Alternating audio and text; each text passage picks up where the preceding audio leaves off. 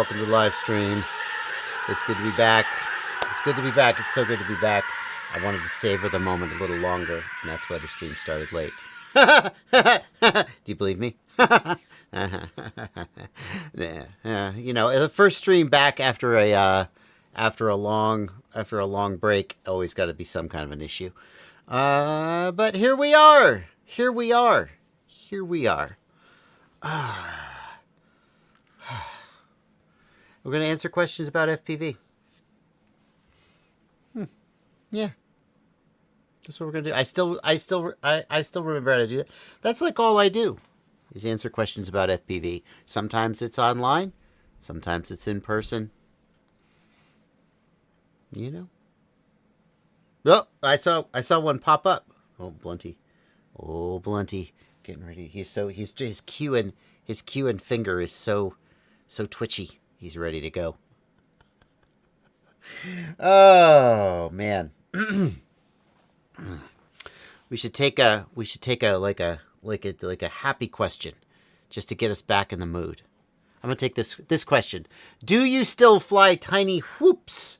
Tiny whoops? No, I don't. I don't fly a tiny whoop because tiny whoop is a registered trademark of Tiny Whoop TM FPV C copyright LLC, and I would never use that term without the express written permission of that entity. So no, I fly whoops. You could call it a whoop, but I would never call it a tiny whoop. Certainly not with a capital T and a capital W. Yeah, absolutely. I fly all kinds of things. I fly big drones. I fly small drones.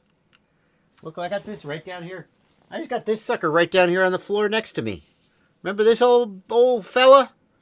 The GEP-RC Moz 27. It's out because I was messing. Well, it's out because I stole the video antennas off it for a different drone. That could be true. Oh, there's all kinds of debate about. Yeah, no. Fly little drones, fly big drones. You name it. You name it. In fact, you know what? You know what I saw? Let me see if I can find this real quick. Log in. Can I log in to Facebook Messenger? Oh, I'm so close to not talking to anybody on Facebook Messenger.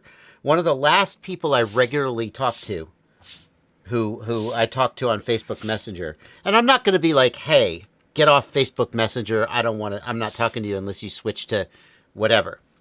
But one of the last people I talked to on Facebook Messenger, I found out that they have Signal.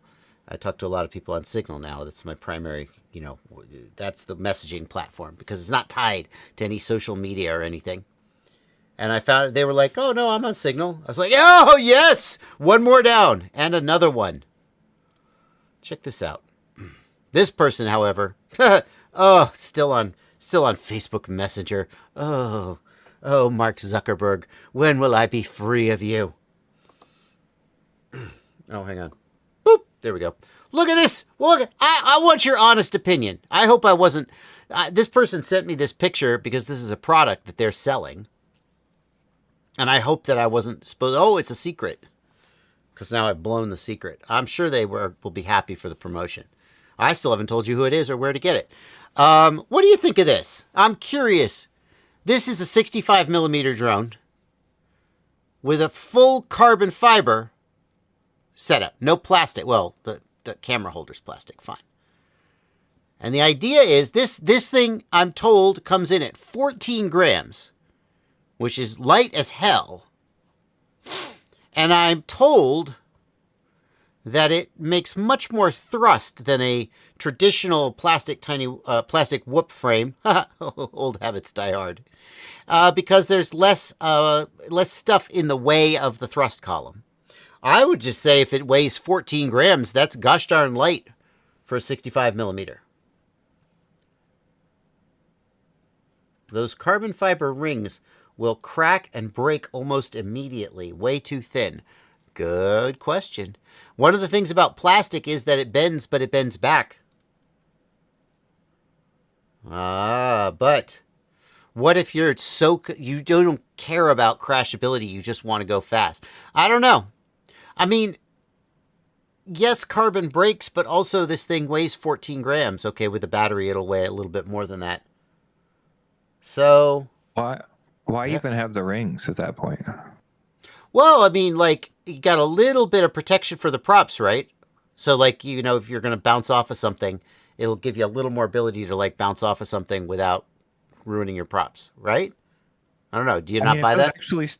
if those actually stay rigid like that, sure, but there's like no cross brace or anything. I mean, maybe if that You works, don't, that you sounds think the good. carbon will, I mean, I could imagine the carbon bending downwards.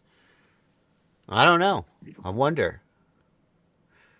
Yeah. I mean, I'd definitely be to interested to be see fair, how it crashes. the plastic ducts on a whoop frame also bend immediately in a crash and let the prop touch things. So, like, they obviously have some effect because otherwise we'd all just run open props. But, yeah, so fragile, so much waste of space in the carbon fiber sheet. Yeah, you're cutting. Look at all this carbon that you just throw that away. Just throw it away. Valid. Yeah, you kind of need to design like smaller frames or something to like Yeah, cut something inside of the circles, or like come up with like a middle piece or an arm piece, something you could cut out of the middle of those, because yeah, it seems yeah, very wasteful. that's true. That's true. Good point. Yeah, that's a. I mean, all carbon fiber cutting is wasteful to some degree, but like you try to, especially these micro frames that are single pieces, right? But yeah, eh. What do the arms look like? We can kind of see the arms down here, not very much. Yeah, I think it's a valid question at this point. Why wouldn't you just go open prop? But yeah, maybe, maybe. Anyway, people ask, do you still fly whoops? Yeah, I still fly whoops. In fact, oh, by the way, okay, I'll spill it. This is from Skip Fussell, Atreides FPV, and he just started a new website. Where's his new website? Oh, let's see. He left 533. Yeah. Under amicable terms, I believe. And he, friend, if you're going to start a new business, I don't know why he got. Maybe he hasn't. Has he announced the new website? I thought he started a new website. He has a new store, new whatever. It seems like in the video where you announce that you're leaving your old job, you would put a link to your new job. Well, I don't know. Haha. Broadcasting the entire chat history seems risky. Oh, never you fear. Never you fear. I am, I am well aware of what's going on. I would not scroll back without a strong awareness. I'm not saying I would never make a mistake, but no, I did not just carelessly scroll back through our chat history. I knew what Skip had talked to me about. Don't worry. He did announce the website and the new whoop. Well, where is it? Somebody give me the link because I'd love to plug him. But Skip. Okay, bud, here's how it works. When you make a video saying I'm leaving my old job, you put a link in the description. You put a comment with a link to your new job. You know? I can't, I know I'm trying to find your business and I can't find it. And I already know it exists. Never mind somebody who doesn't know it exists. Somebody put a link to his new website. He announced it somewhere. Anyway. By the way, speaking of whoops, it is a great time to mention, okay, Racegow isn't it starting again? He just reached out to me and was like, hey, Racegow's about to start. Do you want to, like, announce it or something? Am I too early? Racegow, this is Racegow 5. And Racegow 5, January 16th. That is... Is it iGow or Racegow? Oh, maybe it's iGow. Maybe you're right. That's probably what it is. International Game of Whoop. Ah, there we go. iGow. Okay, start over. iGow, International Game of Whoop. iGow 6 registration is open. iGow. So Racegow is a race competition with Whoop class drones. iGow is a freestyle competition with Whoop class drones. And every year I start doing it for like the first 3 or 4, and then I just get busy and do something else, and or the competition gets way too good for me, and I don't want show everybody how bad I am, and just like slowly fade into like like Homer Simpson fading into the hedge. I disappear. But it's pretty slick. What they do is every week they post a trick. Now, the trick for week 1 is a split S. Okay, so you're gonna be like, well, I could split S. They start slow just to let you get a handle on the format. You record yourself doing the trick, you upload the DVR to YouTube, and then you submit the DVR, and then they judge it. So it's a freestyle competition that you could do from your own home.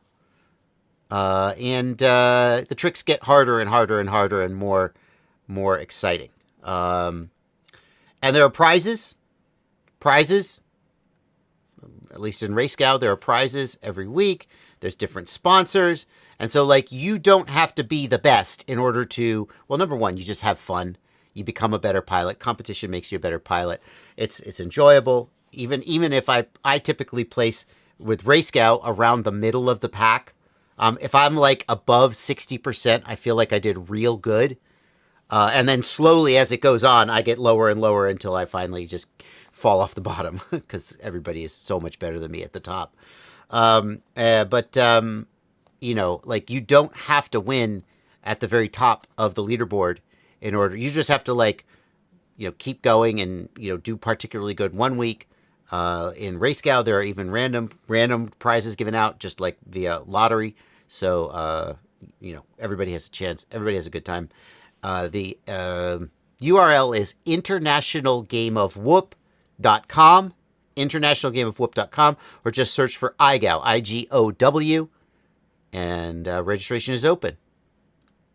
It releases Thursday at 6 p.m. PST, March 26th. So there's actually 3 more days before before the first week. And you actually you have until April 11th to submit. So you could like sign up on April 10th, do some split S's, submit your footage, and you're still in the running. Anyway, there you go. Speaking of whoops. People ask, do I still fly whoops? And now we've got some whoop-related content. How about that? Did anybody post Skip Atreides' website? FPVFreedom.com. Thank you.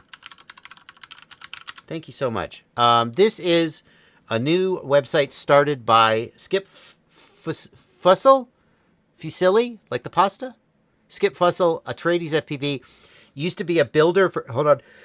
I'm going to sneeze. It's just getting to allergy season, boys. It's about time to start snorting that Claritin.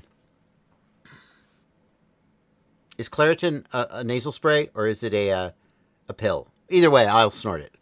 I've been fine all day. And as soon as I start a live stream now, it starts kicking in. It's beautiful. It's a beautiful thing. The allergies, the best allergies, biggest allergies. He left 533 and now has started his own FPV Freedom. Is this AI? I feel like this might be AI. I'm not above AI. FPV Freedom. Skip has always done a drone repair and build service. Basically, you mail your drone to him, he fixes it, he mails it back. And frankly, his rates are really reasonable, and he's fast as hell. He rebuilt my 200 mile an hour, quote unquote, 200 mile an hour drone from Chris Rosser's AOS drone that I crashed. He completely rebuilt it. When I asked him what his labor rate was, I was like, oh, that's pretty fair. And I was like, well, how long is it going to take you to do this? Because it would take me 3 hours. And he was like, no, I could do it in under an hour. You're good. I was like, okay. But then also he has started, has he got anything else? I don't know. He's also trying to sell this drone. So presumably he'll maybe have a store. Oh, here we go. He's got a store. He's building batteries. He's building tabless cell batteries. Ooh, Blunty, hold your tongue. He's got various things he's working on. So there you go. He's always seemed like a straight shooter to me, and I've sent many people to him to do repairs, like in-person repairs, because he's one of the few people I know who will take drones by mail and fix them and mail them back to you. I'm sure there's other people who do it, but He's one that I've been in touch with, and I've sent many people to him. And no one has come back yet and said, hey, that guy you sent me to is a real asshole, and he took my money and he didn't, nobody has complained about him yet, which that seems like a good thing. So, all right, fpvfreedom.com. All right. Let's take some more questions. Wrecked moving out is big for them. Wrecked is moving out. Where's Wrecked moving out from? Their mom's basement? Is that it? Ooh, I'm gonna jump the list here real quick. Do I need remote ID on my kite? That question goes back to what the FAA considers to be a small unmanned aerial system, SUAS. And the short answer is that it used to be that tethered systems, by definition, were not SUAS. And I want to let you know, so kite is tethered, obviously. So people thought, well, what if I take a fiber optic cable and now my drone is tethered? Or what if I just tie a string to my drone? Now it's tethered. Once upon a time, that loophole perhaps would have had some weight, but they have closed that loophole, and now the definition of SUAS, I'm not going to be able to recall it from memory. And Blunty, if you happen to know it from memory and want to jump in, feel free. But basically, just being tethered does not make you not an SUAS anymore. It has, I don't know the definition, but basically it's something that looks like a drone and quacks like a drone. And it's an RC aircraft. So just having a fiber optic cable coming off an RC aircraft, or just having a tether coming off an RC aircraft, does not make it exempt from FAA SUAS regulations. It's a common thing I see, and I just thought I would debunk that. Yeah. People say the same thing, like, so I guess I need remote ID on this baseball, huh? And the short answer is that a baseball is not a small unmanned aerial system. Just because what about this model airplane that I flew? And I'm not going to know the definitions off the top of my head. We could look them up. But short answer is no. Okay. Fiber optic drones don't need remote ID either. No, that is the opposite of what I said. That is the opposite of what I said. I just said the exact opposite of that. I said that once upon a time, the existence of a tether made something not be an SUAS, but they closed that loophole, and just because it has a tether, it still can be an SUAS if it is essentially a drone or an RC aircraft in every other way, and it just has a tether. Skydozer, okay, you got me, Skydozer. I'm sorry that I should never underestimate how dumb the comments can be in misunderstanding obvious things that I say. The Duke FPV wants to know, for gates on the cheap, should I buy them or build them for 5-inch outdoor flying? Look, Duke, you can build them on the cheap. You can. If you were going to build them on the cheap, what I would do is I would say get some PVC. I think mostly people use 1/2-inch PVC. I can't remember. Is it 3/4-inch PVC with 1/2-inch rebar? Ooh. I don't remember. Anyway. Multi-GP gates. Drone racing gate. Standard multi-GP gate. 5x5. Does not include PVC or conduit or pipe. I think it's 3/4-inch PVC. Just like me mentally thinking about how big the connectors are. Additional information. No, none of it's there. I'm sure you can look it up. But the question is, you're going to have the frame, which is made of PVC, and that's just the cheapest, best, most flexible material to make the gates out of. And then what else are you going to do? You're just going to make a PVC gate? Well, you can't see white PVC very easily. So the next thing you do is you get some pool noodles, and you cut the pool noodles open and you put the pool noodles on the PVC. And that's what we used to do here in Knoxville long time ago before we got multi-GP gates. Here's the thing. $35 for a 5x5 gate. It's money well spent. Now, it may not be money that you have. And you could do this a little. Now, you're going to have to buy the PVC anyway. So you've already bought the PVC, and now you're going to go out and buy a bunch of pool noodles. Okay. The pool noodles, I don't know. Pool noodles. How much are pool noodles? Well, we want the colored stuff, obviously. 40 pack for $70. 50 inches long. That's 4 feet. So you're going to need at least 3 of those per gate. Actually, more. So that's a 40 pack. That's 3 per gate. $70 divided by 40 is $1.75 per times 3. You're spending $5 per gate on the pool noodles. So, yeah, so you're saving $30 per gate. That's a lot. But the result with the multi-GP gates is obviously much, much better. I don't think there's a lot in between. Like, if you try to make this yourself, number one, the amount of labor is going to be insane. It's going to be a lot of labor. And you're going to be buying construction materials of some kind.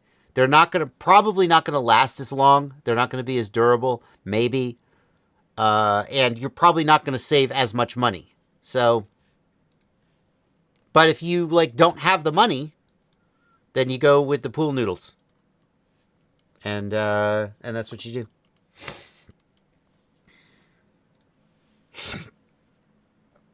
I need something I can leave out and it lasts years. Oof. Everything wears out in the sun. It's the UV gets them. So you could leave them out, but they're gonna wear out. Okay. Hey JB, what do you think about OpenIPC's future? When will you switch, and when do you think it will become the new norm? Is this a setup? Is this a setup? You trying to get me to start shit?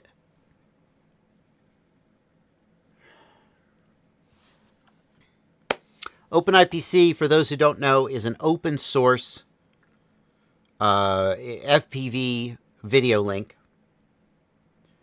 I don't know what to think about its future. I'm not a soothsayer. People are working hard on it, and I keep hearing that it's made progress. Mostly I hear that it's made progress from Emacs, who makes OpenIPC hardware. And every time a new generation of Emacs hardware comes out, Emacs is like, this is it! It's finally good! Oh, you're not going to believe it!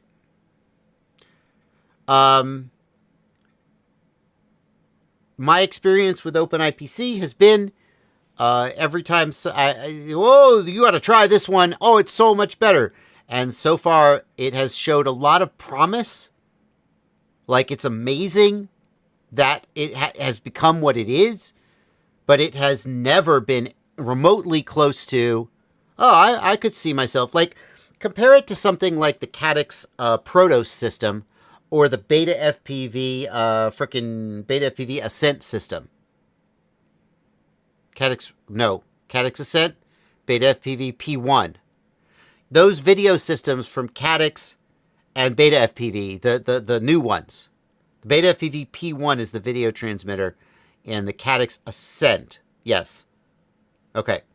They're, not as good as Walksnail and DJI. They have higher latency. That's basically it. But when I flew them, I was like, okay, they have higher latency, but as long as I'm willing to accept the higher latency, they have decent range, they have pretty consistent video. There was no point when I was flying either of those systems where I went, oh, screw that. I mean, the latency on the Caddx system was I kind of did say screw that, but I've been told that the latency is more to do with the drone than the video system itself, It's like, okay, because it's something about the flight control software on the drone wasn't tuned optimally. So maybe we give them the benefit of the doubt there. Fundamentally, as a video system, both of those, they were not as good as some other options, but they were good enough that if that's what you had, you could live with it. Maybe. But every time I fly OpenIPC, there's something about it where I go, oh, well, I mean, that's unacceptable, right? Like, oh, this is okay. Oh, I like this. Oh, I really like that. That's really cool. I love that you did that. And then I start flying it, and I'm like, oh, well, this is clearly not ready for prime time yet. And then I just put it down. So, what do you think about its future? Well, so far, it always has an issue for me. When will you switch? Switch would imply that I had a primary video system that I use on all my drones. And the reality is that I have a lot of drones with a lot of different video systems on it because that's just the world I live in. So, you know, if I were to build a drone today, I would pick I would pick a video system that like suits me the best. Honestly, these days it would probably be analog, which is a strange thing to say. It was DJI for a long time. Like every drone I built for myself was DJI. Now, yes, I could get DJI, but I'm kind of like got a bad taste in my mouth with the whole thing, and I'm just like return to Monkey, as I jokingly said in a previous video. I'm just going back. I don't think that would. I can't see that being OpenIPC for a long time, given what I've seen of its performance and its pace of development. Because look, guys. Beta FPV and Caddx just shit out a video system from nowhere. And it's okay. It's better than anything OpenIPC has made, in my experience. In terms of range, in terms of just, you know, in terms of latency, kind of. The latency of OpenIPC varies wildly depending on your hardware. So there's some OpenIPC hardware that will beat them in latency and some that will lose. But it's just in terms of overall usability. It's like, okay, you did it. Now, you're going to say, but they didn't develop that system. Artisan, or somebody white labeled it for them using the Artisan chipset. Okay, I don't care. Oh, but it's not open source. Fair point. But like, if I just want a system that I could use and not an open source system that I want to tinker around with, which is what most people want. It's hard to see when, you know, at the pace of development for OpenIPC, it's taken them this long to get to where they are. And it's like, okay, you do some cool shit, but also you don't have like a basically usable system that I can just put on my drone and fly. Oh, well, but Bardwell, you haven't tried the latest. OpenIPC, the last time you tried it was 6 months ago. Oh, it's so much better now. Yep, I've heard that so many times, and every time it is better, but it's still not good enough, and I assume that's still true. So, when do you think it will become the norm? Never. I do not think it will ever become the norm. I do not think it will ever supplant systems like, what is it about the Beta FPV P1 system and the Caddx Proto system? What is it about that Artisan hardware that they're based on that makes them just so much better without even trying? I don't know. OpenIPC, do that. Oh, you can't do that because, I don't know, because for some reason you can't. Because you want to run on a Raspberry Pi. Okay. Well, there you go. I just... Yeah. Just to add some context to this, like you said, the reason that we got these new systems were because for some reason Artisan pushed their ASIC out to these companies, right? And it seems like it was more than just those. We saw some other brands pop up that also seemed like they were running Artisan. So with that in mind, you know, what's the difference? You know the difference. Obviously, it's the combination chipset that Artisan has developed that's cheaper and is this ASIC that's designed for this job. It does the specific math that the job needs. It runs the wires in the specific place. That's what an ASIC is, right? Mm-hmm. So the way I think about this is unless there is some breakthrough in like a different channel to do this. Like, let's say somebody releases some kind of crazy new Wi-Fi chipset that's super special, and it just so happens to do this other job. You don't think DJI is going to be purchasing that chipset before them, finding out about that technology before them as soon as possible, and developing an ASIC based on that technology to beat that? Because every other drone company will then be able to do that. So, like, I think we're always going to see the closed source options be ahead, as long as somebody's producing them for our hobby, because those ASICs will be what people, you know, those ASICs will be closed. They won't be open to people to buy, right? And like the ones that get open and the options that are open, the Wi-Fi's that are open, like the boards you can buy for development boards, right? Those are going to be a year, 2, 3 years back almost always because of the way this works. That would be my thought process. So like to the point, it will never replace it. It will never be the option, the premium option, because it can't be because of the function. Like nobody's developing a closed ASIC for this because it's open. So by its very nature, it will be behind. Yep. That's the way I think about it. Yeah.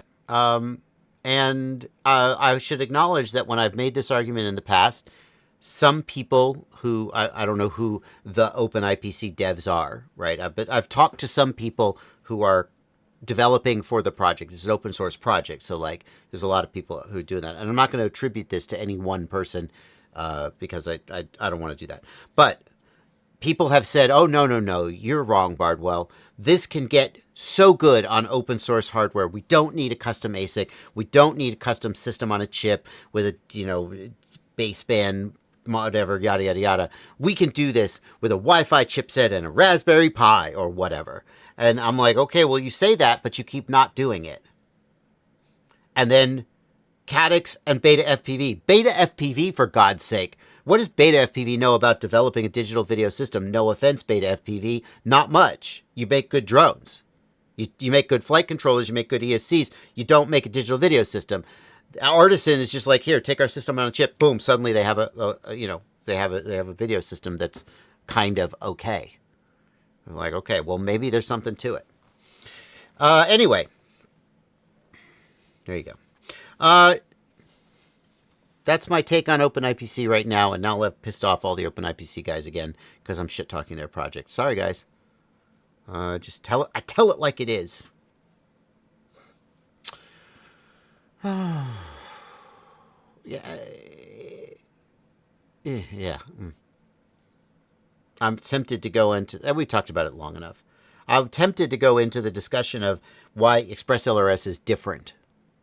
Like, as ExpressLRS, open source project that just took over the world. Why I'll leave it as an exercise to the viewer to think about the ways in which a control link and ExpressLRS is different than a digital video link and OpenIPC, and why as long as the OpenIPC project has been around, the ExpressLRS project was already gaining major traction. I don't think it had reached commercial viability yet. I'm not sure how long it was around before I kind of became aware of it, but ExpressLRS gained commercial viability pretty darn quick, and OpenIPC hasn't. And that's not just because of fundamental differences between those technologies. So before you say, well, ExpressLRS is open source and look how popular it got, OpenIPC will not follow that same trajectory because of fundamental differences between a digital video link and a control link. As John Goblin puts it, ELRS had LoRa, the Semtech chips that are at the core of ExpressLRS. OpenIPC has, that's right, that's the answer. There was already a piece of silicon that basically did exactly what ExpressLRS needed to make a good long-range control link. And there is no equivalent. Well, no open source equivalent. I mean, the Artisan chipset is kind of the equivalent, but they don't want to use it. Go ahead, Blunty. That's what I was going to say. Is like, imagine if you could buy the Artisan chip and use it in any board or design you wanted to, and didn't have to have a contract with Artisan. It's very much like being able to buy that LoRa chip and build whatever you want with it. They did a ton of work for ExpressLRS, but the base technology and ability to communicate quickly and have all these features that we've slowly built over all these years, is because of these LoRa chips. So. Yep. It's like somebody made an Autobahn, and you put a car on the Autobahn, and the car can go 300 miles an hour. That's ExpressLRS. And the Semtech chip, the LoRa chip, that's the Autobahn. And ExpressLRS still built the car, but without the Autobahn being there, the car would have no road to drive on. And there is no equivalent to that in the video world. Well, there is. It's the Artisan chip, right?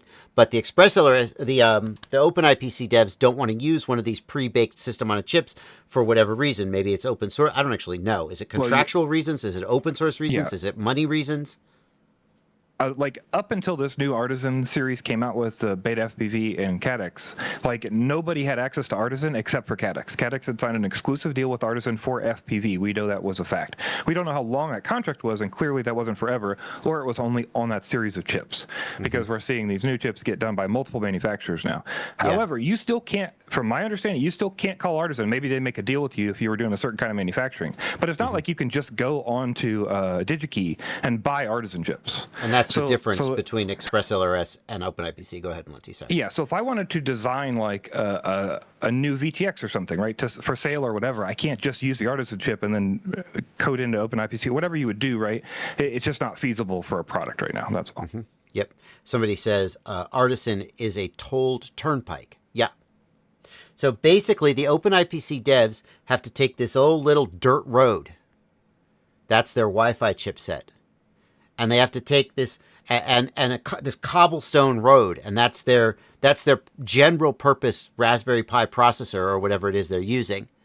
And then they have to do this complicated task with it. And so they're sending this big truck down this dirt road, and it's slow and bouncy, and they're doing amazing things. But fundamentally, they're not going to be able to accelerate the way Express LRS did because no one has pre-built that road for them. Just metaphorically speaking. Okay. Oh my God, I haven't answered a single super chat, and we're now 48 minutes into the stream. Well, 40 minutes into the stream if you count the fact that I started late. Let's take super chats. Thank you for $10 from Edwin Ramirez. I wanted to know if there's a way to change between models on the EdgeTX using the 6-position switch to change between models. No, there is not. That is not possible. And you say you've seen it on one occasion. I am actually skeptical that you've seen it. I'm not saying you didn't see it, but like the the EdgeTX devs have explicitly resisted and rejected any attempt to change models using any method other than the model menu, because changing models in flight could be so disastrous, and it's just completely anathema to their architecture. Now, theoretically, I could imagine someone writing a Lua script. Maybe a Lua script could do it. I actually wouldn't be surprised to find out that even Lua scripts can't change models. But maybe a Lua script could do it. But there is absolutely, definitely not any function in EdgeTX to allow you to change models via any method other than the model select menu. They're very, very sure about that, and certain, very convinced, very intractable. Anyway, none of those are the words I meant to come up with, but I hope I get my point across. So no, you can't. It would be. I see why you want to do that, but you can't. They won't let you. Julio Callejas. Thank you for $5. I have HD0 goggles V2. I fly analog with them, and I'm looking to buy the best antenna for analog use. What do you think is the best? The best antenna is the one that best suits your needs. Like, I run the TrueRC. What is it? X-Air? Hang on. I run this one. This TrueRC antenna right here. And I think it is a really good balance. God dang it. This freaking tape won't stick. So annoying. This tape is constantly coming off. I think it's a good balance between having a little bit of additional gain, so you get a little additional coverage, without increasing the size of the goggles. So I care about the ability to just slap the goggles, slap them into my backpack, and not have to, take the antennas off. Whereas if I had bigger antennas, I would feel obligated to take the antennas off when I put them away. There's bigger antennas that will give you higher gain at the cost of narrower beam width. So that's what I use, but that's because that's the right one for me. I like TrueRC antennas. They're my go-to for a lot of settings, a lot of situations. I will say that I believe that's the TrueRC X-Air. I I will say that I always prefer a crosshair antenna. This is a crosshair antenna. Let me see if I can find a generic picture of a crosshair antenna. Here we go. So a crosshair antenna has two elements. It has a radiating element which is separated from a ground plane by a certain distance. And that distance relates to the wavelength of the signal. And that distance between the two elements is used to tune the antenna. I believe it tunes the impedance. I'm not actually sure. I'm not going to get myself into trouble by saying the wrong thing. But basically, the distance between those two elements is crucial to the tuning of the antenna, and they can tweak it to be exactly right. Okay? Now,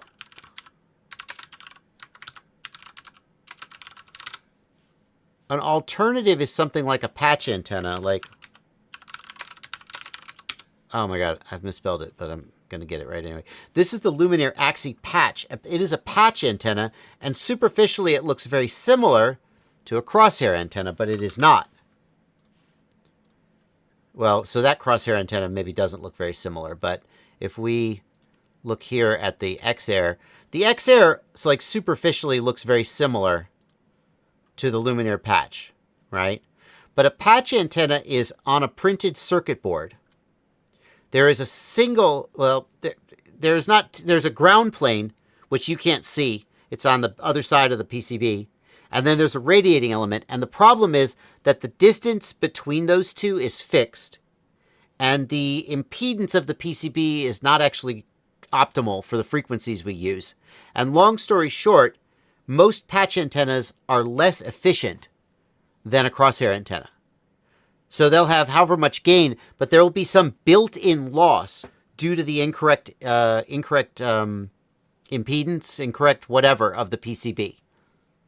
And so, I always choose a crosshair type antenna because all else being equal, a crosshair will always have more efficiency and be able to beat a patch, size for size, gain for gain.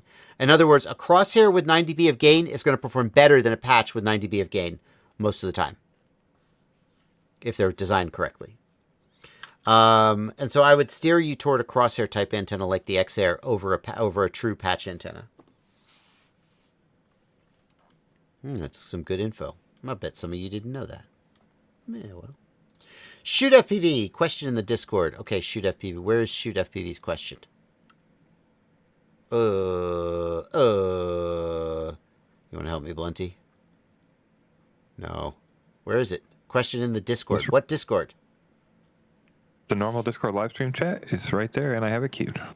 Why do I not see it, Blunty? I see John Goblin as my last. Here, JB. Yep. Yes. Where's the actual question? Oh, Shoot FPV. I got it. I got it. Thank you, Blunty. I did get it now. You have it queued? Something's going on, Blunty. There it is. Got it. What's going on is me. I'll get there eventually. Hey, JB, just wanted to know if you use any battery dischargers. After watching Captain Drone use one, I had to pick up the ISDT FD200. Time saving from the D6 Pro is a game changer. Wish I knew about them sooner. So, I have used them in the past. I'll put that one on ISDT FD200. Basically, battery chargers don't discharge batteries very fast. Typically, they'll discharge at something like a half an amp, maybe as much as 2 amps, but they don't discharge very fast, and it can take a long time to get a battery from full charge down to storage. Here is the ISDT FD200, a 200-watt, 25-amp discharger. And basically what this does is it gets your batteries down to storage much faster. I've used them in the past, and then like it broke or I lost it or I gave it away. I don't remember why I don't own one currently. I think it broke. And I'm like, most of the time, I will just fly my batteries down to below storage, and then I'll put them on the charger and put them back up to storage at the end. But if I did need to bring them down, like I'm just not in a situation very often where I have a huge number of batteries that I need to take down to storage, and I need to do it fast. Like if I finish the day and I have 20 full charged batteries, like I screwed up. I should have flown more, right? Or I'm just like, okay, fine, just this once. I'm just going to put them all on a parallel board. And I'm going to, by the way, you can storage discharge on a parallel board. It still works. So I'll put them all on a parallel board. I'll put it on discharge or put it on storage. And then, I'll come back 6 hours later and they'll be done. Right? I'm like, okay, it took forever. But it's just not worth $75 to me to be able to storage discharge a little bit faster. A lot faster. Most of the time, I just fly the batteries. And then at the end of the day, I have a bunch of batteries and they're all at 3.6 volts or 3.5 volts. Or maybe 3.4 volts. And then I'll put them on the charger and it'll charge them up to storage. And charging up is fast. So these are cool. But I don't have one as part of my must-have. Why does my drone shoot up on yaw spin?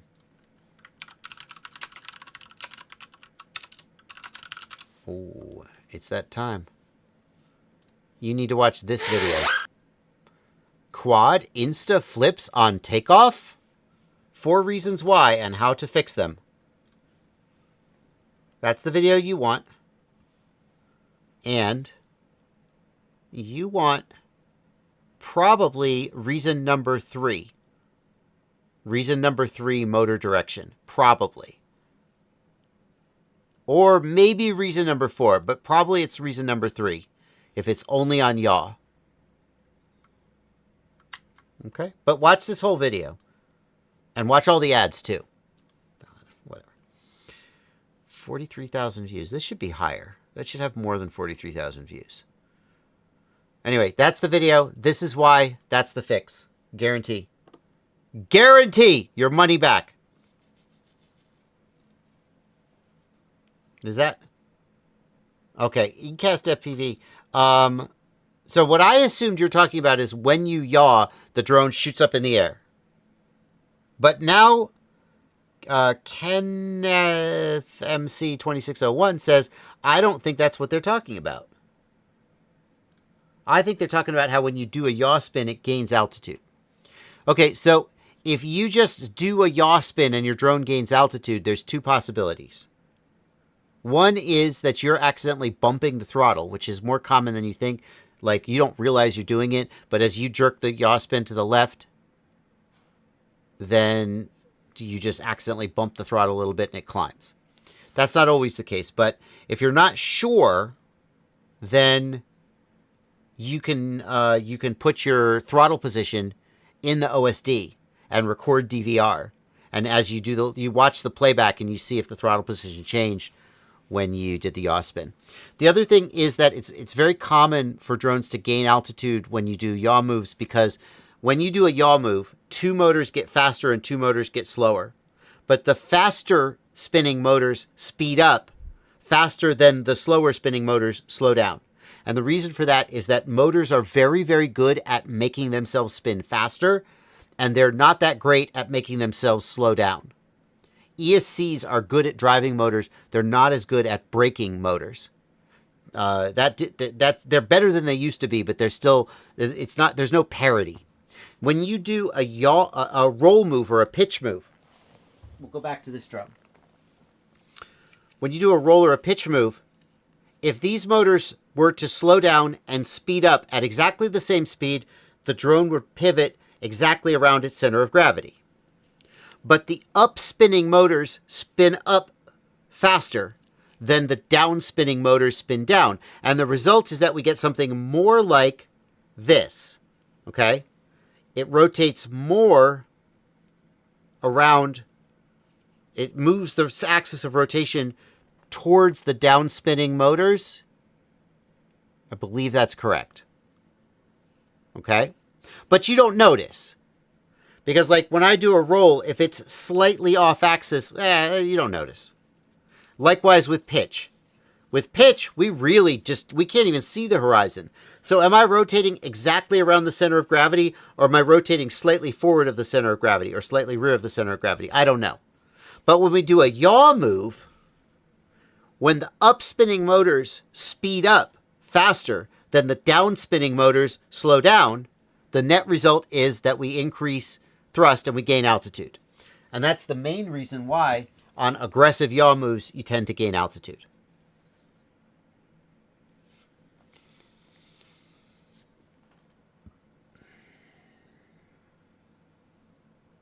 So, what can you do about it? Good ESCs with strong braking help. Lowering your yaw rate helps. There's a parameter in some flight control software which is the yaw acceleration, which means that if you go full stick on yaw, it will achieve the desired rotational rate, but it won't jump to get there. It'll give the down-spinning motors more time to slow down, and that fixes it a little bit. Those are some possibilities. I wonder if there's a thing. Like, it seems like you could come up with a parameter that when a yaw move is put in, the throttle parameter is arbitrarily reduced internal to the flight controller. It would probably have to be related to the speed of movement. What's that, Plenty?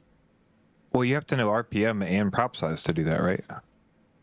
Well, you would have to tune it. Yeah, you would have to tune it. I mean, if you have RPM feedback,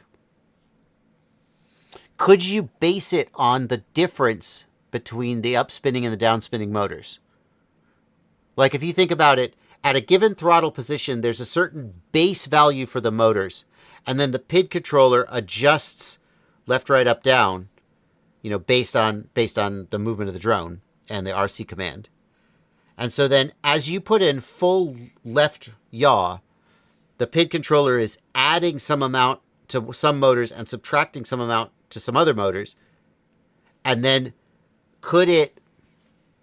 No, because you don't get a PID error on the RPM of the motor. All you know is that the drone is not rotating as fast as it should. You don't. And it if seems you're like if you're just comparing RPMs and you were doing some other maneuver and yaw, yeah.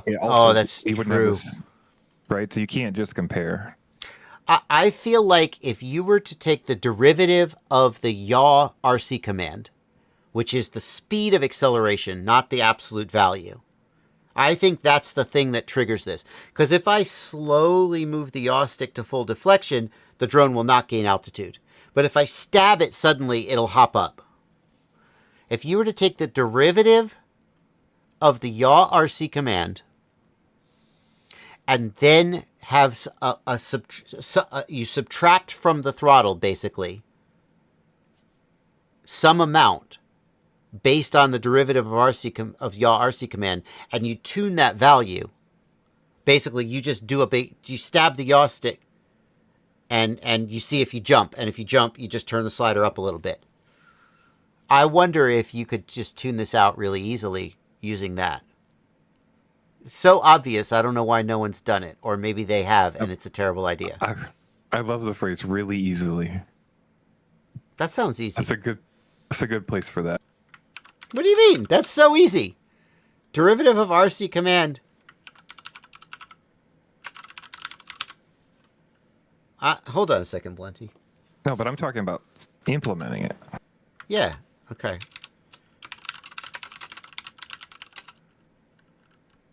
Like, this seems like one of those things you implement, and then it affects 8 other things that happen. Like 8 other there's factors. Only one way to find out. Welcome to our regular bit. Joshua uses Gemini.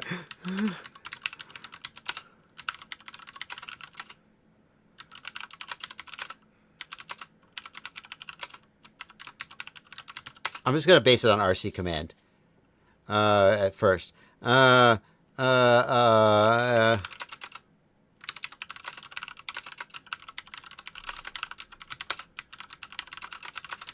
just want to see what it comes up with. Yeah, Cedro says, tune in later for the watch segment. I will not, but we'll come back. It's going to take it a minute to think. I guarantee it's going to take forever to think about this. Oh my God.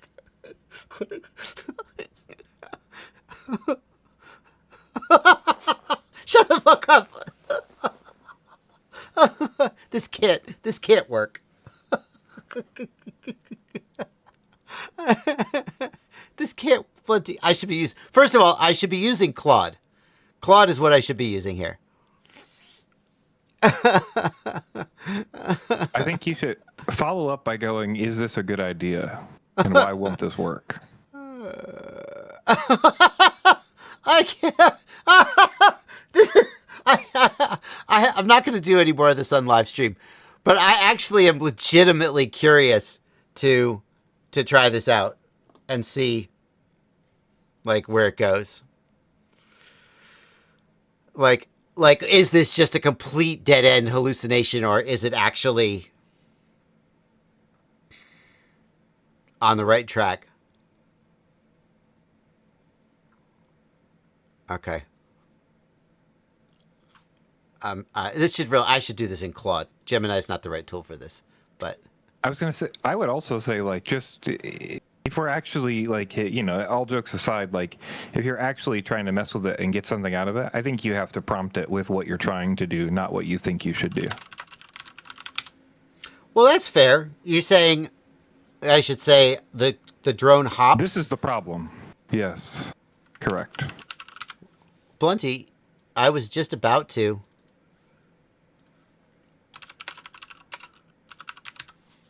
I was just about to go on to something else.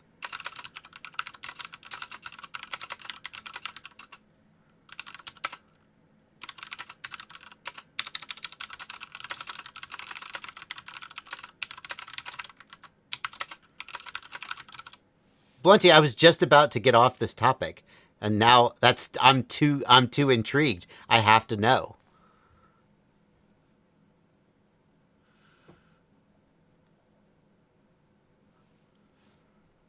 Okay, we'll come back to that. It's going to be a minute. It's thinking hard. Handled by yaw D-gain. Is that true? Is that true? You do not need to make any changes, just flight controller. That is correct. That's not exactly right, although it is true. It's the difference in RPM, I think, more than the nonlinear thrust, although the nonlinear thrust probably plays into it. That is correct. Increase the yaw D term. Hey, whoever it was, ECAST FPV, turn up the yaw D. Wait, does Betaflight have yaw D gain? I don't think Betaflight has D gain on yaw. I think it's hallucinating. Hold on. I have to know. Connect, PID tuning. I think it means does it say D term or D gain? Does Beta have yaw D gain? Oh, I need a real flight controller. Hold on. I don't know why this wouldn't work.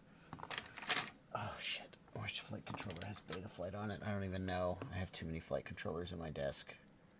Where's the USB port? Does this one? Disconnect. Connect. Nope, not that one. Okay, what about this one? Do. No, don't reboot. Oh my god. So annoying. Close. Disconnect. Come on. Okay, that one doesn't have Betaflight on it either. Why do none of my flight controllers have Betaflight on them? Oh, yay! PID tuning. Yaw does have D. It's set to 0 by default, but it is there. Is it? Why can't I change any of these? The fuck? Why can't I change any of these? What are you talking about? 452. Fine, whatever. Oh, it's because the sliders. Hold on. Mode off.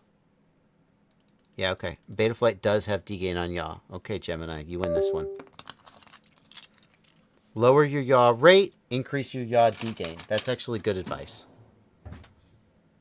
I did say to lower the yaw rate. Nope. Nope. Is that true? Anti-gravity relates to the I term. I don't know about that. All right. Oh, that's actually... This is actually good advice. I'm going to quit my job and let Gemini do everything from now on. Blunty, I've accidentally closed the Discord window through a misclick. Give me 1 second. It'll come back. I'll just say, on my side, Claude suggests that this problem is also more complicated than we're thinking about because thrust scales non-linearly with RPM. Which is true. And actually, when we were having that discussion earlier, that's not something I considered. Because you can't just compare RPMs because it's not going to be linear, right? That's valid. I didn't think of that. Gemini also pointed that out. I still think you should try to solve it using yaw D-gain, for example. But there's a reason Betaflight defaults to a 0 yaw D-gain. And I believe it's because the yaw axis is just not responsive enough. It cannot respond. The D term is inherently very fast moving. And so the motors cannot speed up and slow down fast enough to make a yaw D term actually effective. So you can try adding yaw D gain and see if that fixes it. But I still think maybe there's a place in the world for me to say, and I'm guessing that it's the derivative of yaw, but I'm not sure. I think that there's a place in the world to say, whenever I do a strong yaw move, just decrease the throttle by this much, because you could find a thing that mostly fixes it. I feel like that might be true. I didn't let Gemini finish answering my question. Fixing drone yaw altitude jump. So thinking. What did it say? Since I'll close. Okay, then we're going to move on from AI. Oh, no, I did. It said you don't need to change the code base. That was it. Great. Moving on.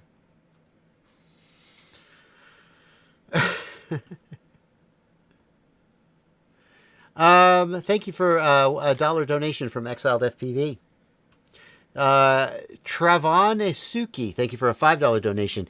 I'm seeking to purchase new 6S batteries. I normally use GNB 1500s, but I saw your video about SMC. What option do you recommend? I recommend SMC, either the 1400 or the 1600. It's your call. Just pick the one that has the weight you want. This is a really easy question. SMC, unless the price has changed dramatically, which let's just double check, but oh, Pyrodrone sells them. Isn't that cute? Yeah, $40 for a 1400 milliamp hour, $40 for a 1600 milliamp hour. Okay, that's weird. Yes, no, this is just the only battery you should buy as long as you need a 6S in the 1400 to 1600 milliamp hour range. These are the best. Full stop. By a mile. That's it. And they're $40, which is honestly like, okay. Like, that's, once upon a time, you could get a $25, 6S 1500. 6S 1500. $50, $47, $53, $52 for this fucking, excuse me. Like, this is my go-to battery for a long time. This is a fine battery. But there is no world in which it is a $53 battery. I'm sorry, what are you talking about? Are you insane? Are you insane? That's a great, value battery. But, sheesh.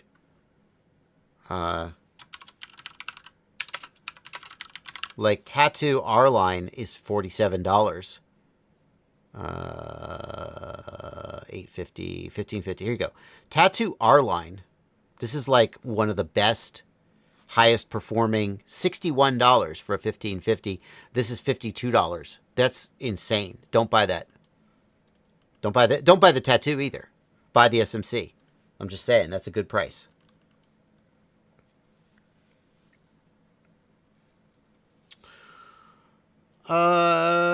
Cjo, thank you for $2. Where is Cjo's question? Okay, let's try and search for Cjo. This is one of those situations where he didn't put the question in the... I see, here we go. TX15 Max or GX12? I don't care about touchscreen, but worried about dinky switches on the GX12. What do you mean dinky switches on the GX12? As well as future compatibility with EdgeTX. What do you mean future compatibility? EdgeTX still runs on the freaking Tyrannus, doesn't it? No, there's no compatibility issue. What's the oldest radio the EdgeTX runs on right now? I bet it's old as shit. There's no future. Why would future compatibility be an issue? I can't imagine. Like, I can't imagine. Okay, get there. FlySky NV14. FreeSky Horus X10. FreeSky QX7. The FreeSky QX7 has been around since frickin' 2016, surely. Still supported by EdgeTX. Please tell me the Tyrannus is still supported. X9D. Holy shoot! The FreeSky X9D, the Tyrannus, the big daddy of them all, has been around since I got into this in 2015. Still supported by EdgeTX. Future compatibility. Unless you know something I don't know. He said something about, didn't you say the new features will be limited without the new H7 chipset? That's what he's concerned about, I guess. I mean, they're not going to just like deprecate all these radios that don't have an H7. You may miss out on some features. I don't know what those would be. But no, I don't think there's an issue there. I can't imagine. Like, look at what Betaflight did. Well, the code base got too big, and Betaflight started leaving sections of the code out that you weren't using anyway, instead of putting all the code on every single flight controller. Like, you could imagine a scenario where the EdgeTX code base gets big enough that it doesn't fit on those older chips. But, like, the idea that they would just drop support for radios that don't have the H7, the idea, I can't imagine. They still support radios going back over 10 years. I just have to believe that they will find a way to continue to support those radios. You may miss some features, but like, I'm not even sure what those features would be. So I think you're fine. And as far as dinky switches, what do you mean dinky switches? They're not dinky. I don't know. I mean, I guess they're smaller than the full size switches on the larger radios. So I guess that's your call. But they're fine. They're absolutely fine in terms of like using them on a day-to-day basis. I have no problem with them. So, nah. Pick based on the overall ergonomics and size, and pick based on how much you value the color touchscreen. And sure, pick based on how much you value the H7 processor if that's something that worries you. But don't pick based on the switches. Switches are not an issue. $5 holla! Thank you, Daytona Jim. Aerial Insight Drones, thank you for a $5 super chat. I need connectors for a pigtail off of the flight controller of the drone to be able to connect to the SpeedyBee modular head with O4 easier and quicker to each drone. Yeah, so like, here's the problem. If you buy SH connectors, I ran into this very problem, and I'm going to tell you the solution. What you want to be able to do is have a connector where you can plug and unplug the O4.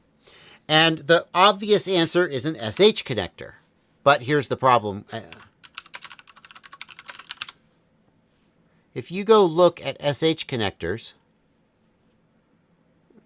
do you see that the female connector, well, I guess that's the male connector, the socket, it's made to be like soldered, I don't know what it's made for, soldered onto a PCB? If you were to have to solder wires onto this, it would be a big pain in the ass and it would be very fragile. Okay? And that's true for lots of different kinds of connectors. And so here is how I solve this problem. I buy a balance lead extension. See, look, purchased December 12th, 2025. I'm not making this up. I did this recently. And this comes pre-soldered with both a male and a female end. Ha-ha! So you need the O4 air unit. That means you need 6 wires. Or maybe you only need 4 wires if you're not doing RC. But if you need 6 wires, ooh, this might be a little bit tricky. Can we buy a 7S balance lead extension? No, 6 wires is going to be 5S. Oh, that's perfect. 5S balance lead extension. Let's look for it. 10 pieces. No, 2, 5, 6, 6. I want 5S. Let's see. 3S. Oh, I may have to spend a little extra money. That stinks. Come on. I need an extension and I need 5S. Well, maybe I buy 6S and 6S is going to be easy. And I'll just have an extra wire. That's fine. Perfect. Here you go. Boom. And what you do is you just cut this in half. And you put one end on the air unit and one end on the drone. Boom. And now you have an easy plug. Just make sure you get the wires pinned out right. I thought because I was looking at like Molex connectors. I was looking at all kinds of things. Right? Okay, we could go with a Molex connector. Yes, a Molex connector will have a male and a female, and it's made for handling and, positive latching. Yes, you could do a Molex connector. Absolutely. It's going to be a lot more work crimping the terminals, but this is actually like the right tool for this job. But they're relatively...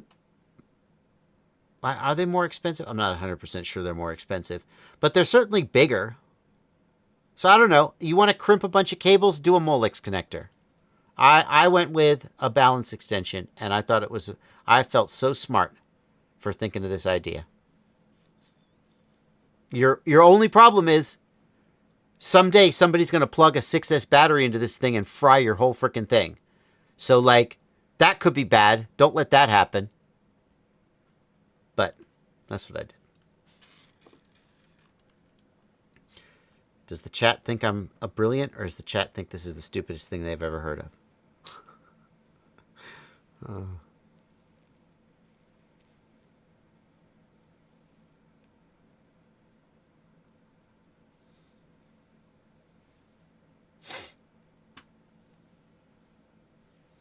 Okay. Oh my goodness, we're caught up. We're caught up on Super Chats. No, we're not.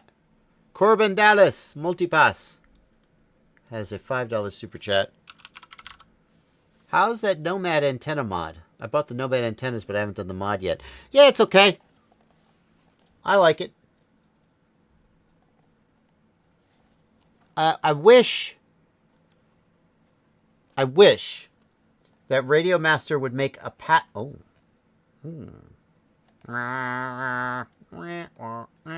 Okay. I wish that Radiomaster would make a patch antenna that installed right here and just sat like this, right? And pointed outwards. There would need to be a dual band patch antenna. Dual band, dual element.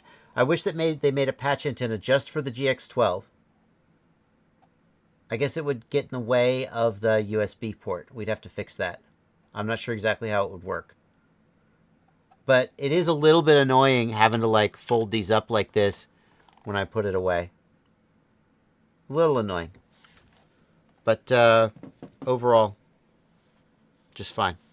I'm a fan. Also, quick PSA for the new pilots. As Bardwell was showing, that's the direction to put the antennas, sideways. Yeah. I would say about once a month I catch somebody pointing them straight out. Yeah, I mean, technically, I suppose you could do it like this, and you get diversity. But yeah, as Blunty says, the signal comes out from here, not from the end that way. So you don't want to point the antenna at... If you're pointing the antenna at the drone, that's the weakest signal. You want them edge on to the drone. So you could do it. You could do it like this. That would be fine. You could do it like this. That'll be fine. I guess you could do it like this, although I'm not sure what the point would be. Yeah. If you were turned sideways to the drone, you could do it like this. Assuming you're facing the drone. That's how you would want it.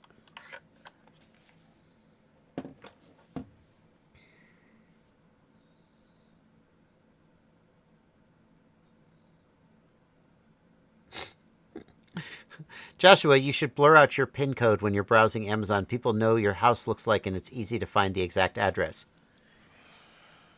Oh no, people might know my address. What's my address is a secret.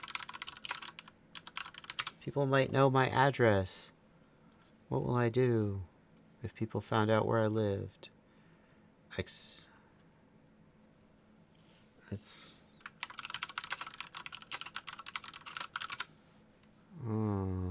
like Min Chan Kim is one of the fast. Back as hard as you want. These guys fly these. Like a bunch of people come to my house all the time and do things, including I had a race at my house once.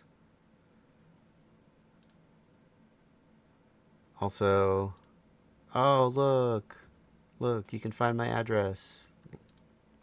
Anyway, my address is not a secret. My phone number is also out there if you really want to find it. But I will tell you, if you call my phone number, I will not be happy to hear from you. I am a very gracious person. If you show up at my house uninvited, I also will probably not be I probably won't be like rude, but I don't know. I won't appreciate it. But I have had people over to my house. I've had races at my house. I've had events at my house. You know, my address is out there. I'm very, very gracious when you email me, or if you message me on Discord, or if you message me on Facebook Messenger. There are a million ways to get a hold of me. And as long as you go through an approved channel, I will be the most gracious person in the world. And I'll try to help you. And I'll be nice to you. But the key thing about all of the approved channels, email, Discord message, etc., is I get to decide when we interact. If I'm busy doing something else and I want to ignore you, I can ignore you. And that's that's a thing I value. I don't want you to interrupt me when I'm doing something that I'm focused on. So I value that very highly. And that's why I don't give out my phone number. Except to people where if I'm in the middle of something and they call me, I will be okay with them interrupting me. When my phone rings, I pay attention. Because I only give my phone number out to people who I want to be able to interrupt me. And your random question, dear patron members, thank you so much for your donations. That does not give you the privilege of interrupting me when I'm in the middle of something. Sorry. There is no dollar amount that gets you that privilege. You just have to know me personally or have it, So recently, my phone rang. And because I only give my phone number out to people who I think should actually be able to call me, I answered it. I generally answer, sometimes my phone rings and I don't recognize the number and it's like the Amazon driver or the UPS driver trying to give me a package. Or sometimes it's like, the company who's coming to fix my air conditioning and it's their driver and he's coming. I guess all my examples involve drivers. I don't know. Sometimes it's a random number and I don't recognize the number and it's not spam. I actually get relatively little spam, to be honest with you. So the phone rings and I answer it and I'm in the middle of running an errand. And a voice says, "Is this Joshua Bardwell?" And I say, "Who is this?" And there's giggling on the other end. And I'm like, okay. And I hang up. I'm like, okay, well, I understand what's going on here. So the phone rings again. And I pick up. And they're like, Joshua Bardwell, I just wanted to tell you I'm a big fan. You got me into drones. And I'm like, I'm so torn. I have, you can't see this, I have over on the bulletin board there a couple of really touching messages from people. One is a handwritten message from a kid who was like, Mr. Bardwell, I'm going to start my YouTube channel. I'm your biggest fan, yada, yada, yada. And I was like, this is what it's all about. And I put it up there to help me remember when I'm getting emails and messages that it's about helping people and connecting with people. And so I take that shit seriously.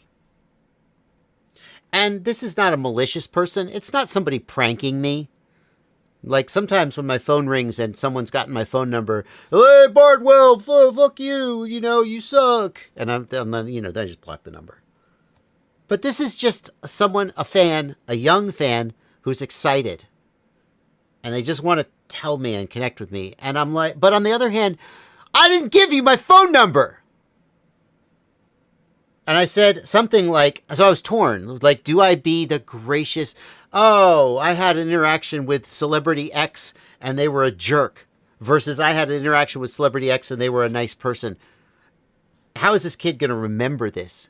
And I was like, but I was so annoyed. And I said, that's cool. But how did you get this? How did you get this number? I said. And they were like, well, somebody gave it to me. I said, okay, I don't give out this number. I didn't give you this number. If you want to send me a message, send it to my email, send it to my Discord. There's a million ways for you to get a hold of me. Do not call my number. And I hung up and I blocked the number. I felt bad. I was in the middle of something. I don't like when people call my phone. Anyway, if that was you, I can't change my number. Too many people already have it. If that was you, sorry, but also don't call phone numbers that it's my personal phone number. It's not a business. Don't call somebody's phone number. If you had to get my phone number by somebody who's like, hey, I know Bardwell's phone number, check it out. That's all you need to know that you shouldn't call it. Anyway. Alrighty, let's move on.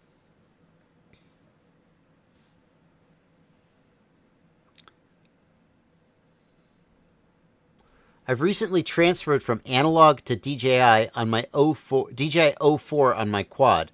I've lost some elements such as GPS speed, number of satellites, home arrow, and so forth. So here's what's confusing me, Jeffrey. You're using the DJI 04, which means you cannot be using the V2 goggles. It means you must be using the G2 or the Integra or the G3. Basically, all of the goggles that you could be using support the full Betaflight OSD. Now, I will say that some of the GPS elements, in some combination of Betaflight, digital OSD, I'm not sure. If you don't have a GPS lock, those elements don't show up in the OSD. And I wonder if that's what's going on. In analog, I believe that those elements always show up even when you don't have a GPS lock.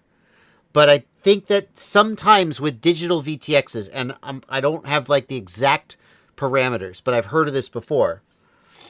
If you don't have GPS lock, those elements simply don't show up. And what I wonder is, if you wait until you have GPS lock, do they then show up? Because like the Betaflight GPS subsystem hasn't initialized. I'm not sure. I can tell you 100% the 04 supports those elements. It's something about Betaflight is not starting the GPS subsystem, and I'm not sure why.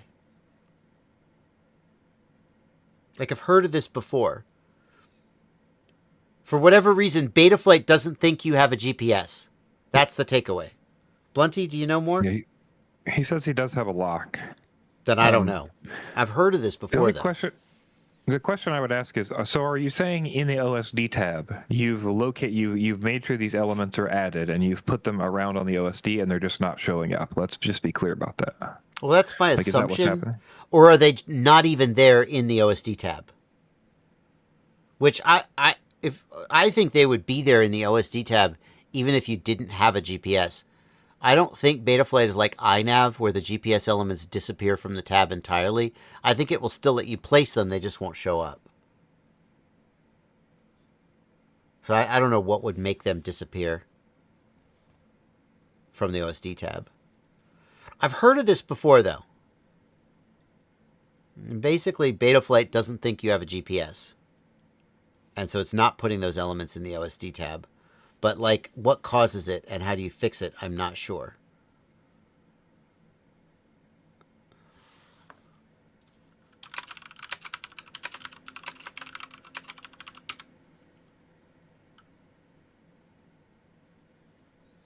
Exiled FPV says, no lock needed. Yeah, no, I know that that's not normally how it works. What could cause with the DJI O4... Okay, wait. Can we just be clear? So you're getting other OSD elements. Yes. That are not. But I'm saying that are not just battery voltage. Are you getting a warning? Like, can you see the warnings? Like, can you see other Betaflight OSD elements that are not built into the DJI OSD?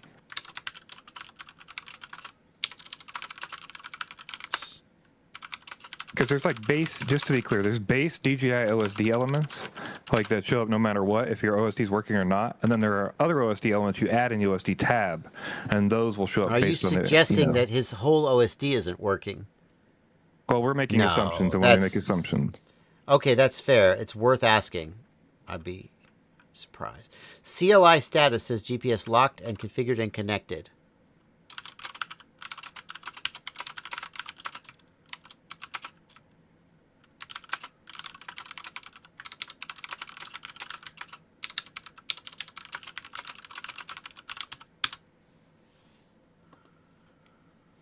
Let's just find out how irrelevant I am. See if it... I've heard of this before. I'm just trying to basically see if there's somewhere that this has been mentioned before that can, like, home in on an answer. Pat is also talking about making sure that you're, you have it set to HD in the OSD tab. So. Ooh, holy shit! Could this be it? Oh my god. I don't know. Is that a thing? I don't think that's a thing. Is that a thing? Oh, has it hallucinated? That's... I don't have one that's on... I'm going to flash this one to Betaflight 2025.12. It's on iNav. I got to flash it to check. I think it could have hallucinated. The color thing is a thing. The color... I've heard of this before, for sure. Now, I don't know if it's this specific issue, but... Oh, no. F7, JBF7. 2025.12. Oh, okay, sorry. But I guess what I'm saying is it would affect all the OSD elements, not just GPS elements, right? No, because some of the some of the OSD elements are just white and they don't have a color. It's only the elements that are in color that don't work. I don't know. This is like ringing a bell slightly. Which anyway, let's see.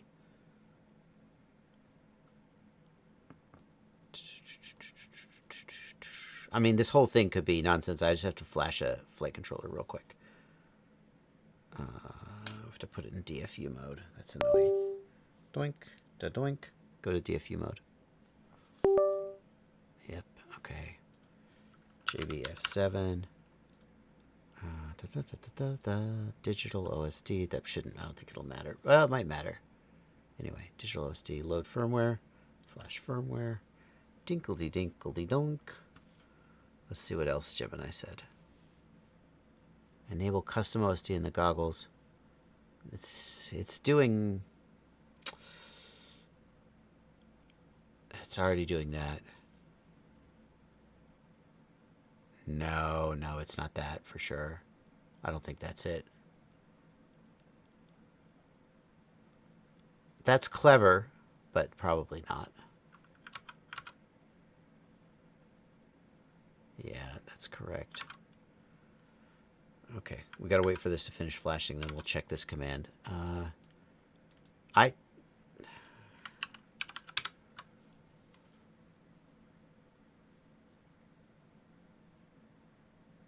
This is MSP OSD. That's different.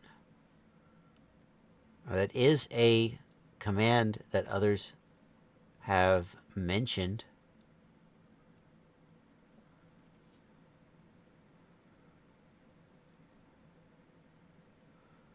Huh.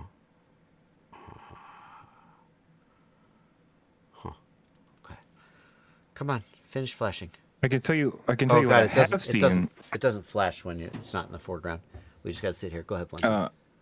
I have seen a bunch of people reporting. I say a bunch, like quite a few people recently reporting that they can't get OSD working on a Vista on new beta flight. And I'm not sure why that is. But I've had like multiple people, including a KIA, report that they can't get it working. It's rooted with MSP OSD? Yeah, like flash to, flash to 453, OSD works perfectly. You flash to the new version, it does not work on a Vista. And I can't figure out. That's pretty weird. Well, now I'm thinking about this color thing. But if that was in 4.5, then it wouldn't be that, right? All right. So let's moment of truth. Set DisplayPort MSP fonts equals 0000. It took it. Okay. Here's what I want you to do. And I hope this doesn't work for you. And I hope this solution is a complete bust. But I need to know. I hope it doesn't work for you, because if it does work, it'll mean that AI gave me the right answer in 30 seconds when I didn't know the answer, and that means I am further moving towards irrelevance. Well, yeah. You don't like it? I'm joking, but it's annoying you, isn't it, Bloody? It annoys the shit out of me, yeah. I know, I'm sorry. Okay, type set DisplayPort underscore MSP underscore fonts equals 0,0,0,0. Screen grab that and tell me if that fixes your issue. I want you to do this right now and test it and tell us in the chat. Blunty, keep an eye out for him. Coming back. What's his name? I'm going to put this in the chat. Who asked the question? It is Jeffrey. Jeffrey 4610. Type that. And save. And then type save. He's doing it right now. Okay, great. If this fixes it, I'll be happy that you solved your problem. And I'll then still AI will be a tool like we expect it to be. That's all I'm saying. I knew I'd heard of this issue before, and I wanted to web search, and I just wanted to use AI as a slightly smarter web search, and it succeeded 100%. Hopefully. Well, if you fixed it. Okay, we'll come back to that. He's doing it now, and as soon as he answers, we'll interrupt and see if it fixed it. It'll be so cool if it did. What about the AX12? No review of the AX12. I have the AX12. I will review it. I just am not reviewing it yet because I haven't decided how I feel about it. And when I first got the AX12, I was like, this is cool, but here's the thing. What does the AX12 do that I can't do with a cell phone strapped to a normal controller? HDMI output from DJI Fly. Yes. I mean, it's integrated in a way that other things aren't. But the argument has to be that this is better than just having a cell phone. Because here's the thing. The AX12 is running a super old version of Android from like 2017. And there is some software that will run on it. But there's a ton of software that won't run on it because it's so old. Whereas my Android phone or tablet can run anything. So, like, you have to argue. If it was running a modern build of Android, I think the case would be more compelling. I'll just say that my issue with that, I DM'd you about this too. My issue with that is that there's no basic radio OS other than Android. Yeah. Like, they have modified Android so that the base code of the radio is running, like Android OS is running that code. Yep. I don't know if you've ever had a cell phone. It's running EdgeTX more or less as an Android app. It's not EdgeTX though. I want to be very clear. It is not EdgeTX. It's nothing tested. It's their custom bullshit.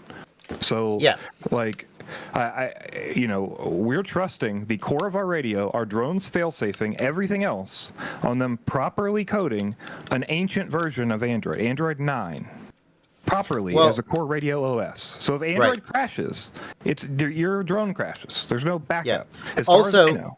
Also, this code that they wrote, the front end that is not EdgeTX. Like, presumably they just like vibe coded that.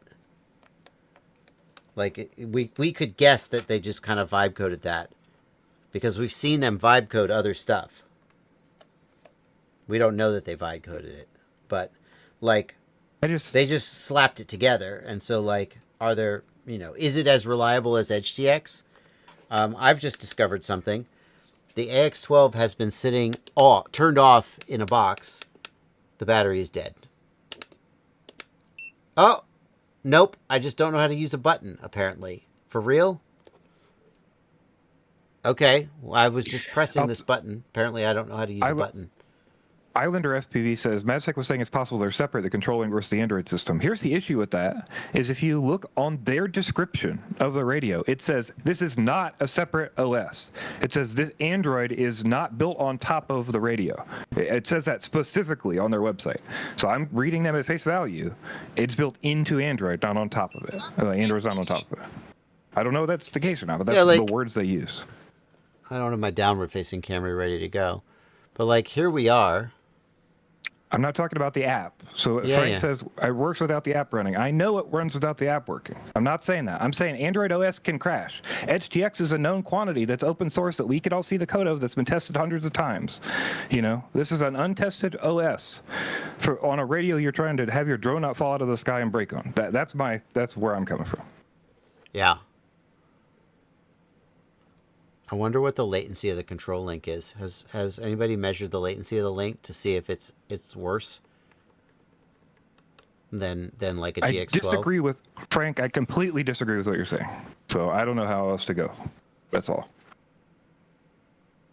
Android app is only for configuring the radio hardware. Yeah, the app is, not the OS. I'm talking about the OS.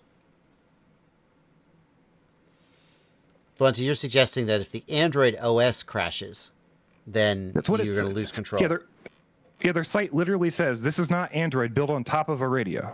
This is built into Android. It specifically says that. I've had phones where Android crashes. You get a recovery message, and this is untested in only this radio. To me, it seems crazy to use this as a daily driver until this is tested for months and months and months. But you could do what you want. That's where I'm at.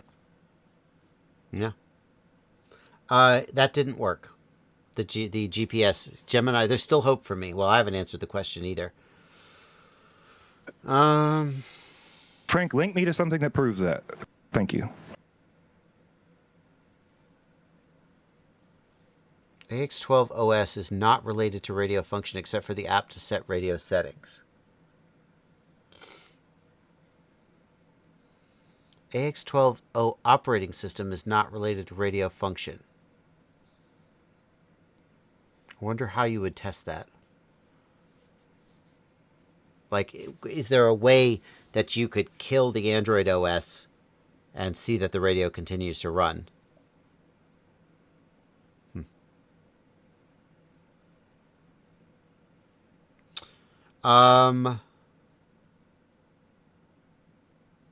Yeah. Is EdgeTX a real-time OS? Android definitely isn't. Crom, good question. Like, there's been a lot of optimization done by the EdgeTX devs and the OpenTX devs to get the pipeline from, stick moves to signal goes out the module bay as low as possible and consistent as possible. So, yeah.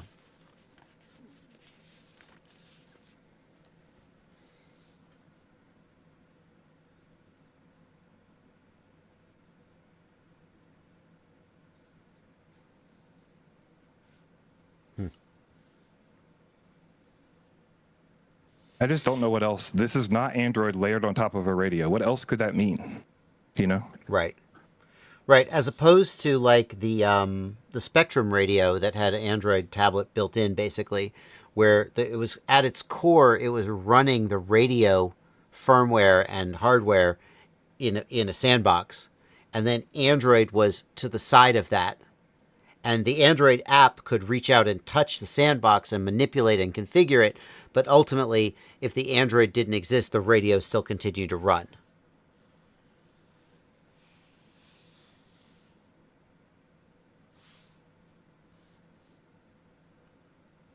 I'm not saying what I'm saying is right. I'm saying that's the wording they're using, and until I see something different, there's no reason I would believe it's different. That just to be clear about the conversation here. Yeah. You know, like I had an Android developer tell me if you connected it and then like put it in dev mode, you should be able to go, like if it's accessible, you should be able to like turn off the specific functions of the Android OS and then see if they kill the radio function. You know, to me, that would definitely be core to this. But then the question is like, what? Go ahead, Blunty. Sorry. Frank is replying. But then the question is, what is the core radio OS if it's not Android? Because it's still something they made up, right? Is it EdgeTX? Right. Just if running. It is, then they're not labeling that anywhere, and is that's it open headless? source, so they can't is do it that. headless EdgeTX, for example? But you can't do that but you're not allowed to do that, right? Because it's open source, so you're violating the license, right? They would have to publish at least the EdgeTX code. Yeah, they don't claim it's EdgeTX at all, and there's no published code that I've seen. That doesn't necessarily mean it's not EdgeTX, and they just aren't announcing it, so they don't have to publish the code. Here's the thing. Frank is making a claim. You have an Android tablet attached to a standalone radio. Frank, what is that based on? You're making a claim. Provide substantiation for your claim. You keep making the claim. I'm open to you being right. Blunty is skeptical based on what Radiomaster has said, based on a common sense reading of Radiomaster's words. You're making the claim. What are you basing that claim on? Tell us, give us evidence, give us a source. Just repeating the claim doesn't advance the discussion. Discussion in MadsTech livestream and demo. Provide a timestamp to the MadsTech livestream. I'm not trying to make you do all the work, Frank, but you're the one making the claim. So if you want to substantiate the claim, you have to give us evidence. Like, I know you can close the app. I've seen people close the app. But the question is, if you go kill all the core OS, right? Like, if you go kill all the core OS, like, does everything still work fine? Does the stick still work and the module works and all your switches work? That's all I'm asking, right? Has that been checked and proven? Or is it an assumption based on things we've seen but not tested? I'll tell you what I'm going to do. I'm gonna hit MadsTech up and see. I mean, he probably isn't awake because he's in the UK and it's the middle of the night. I'm gonna hit MadsTech up though. Now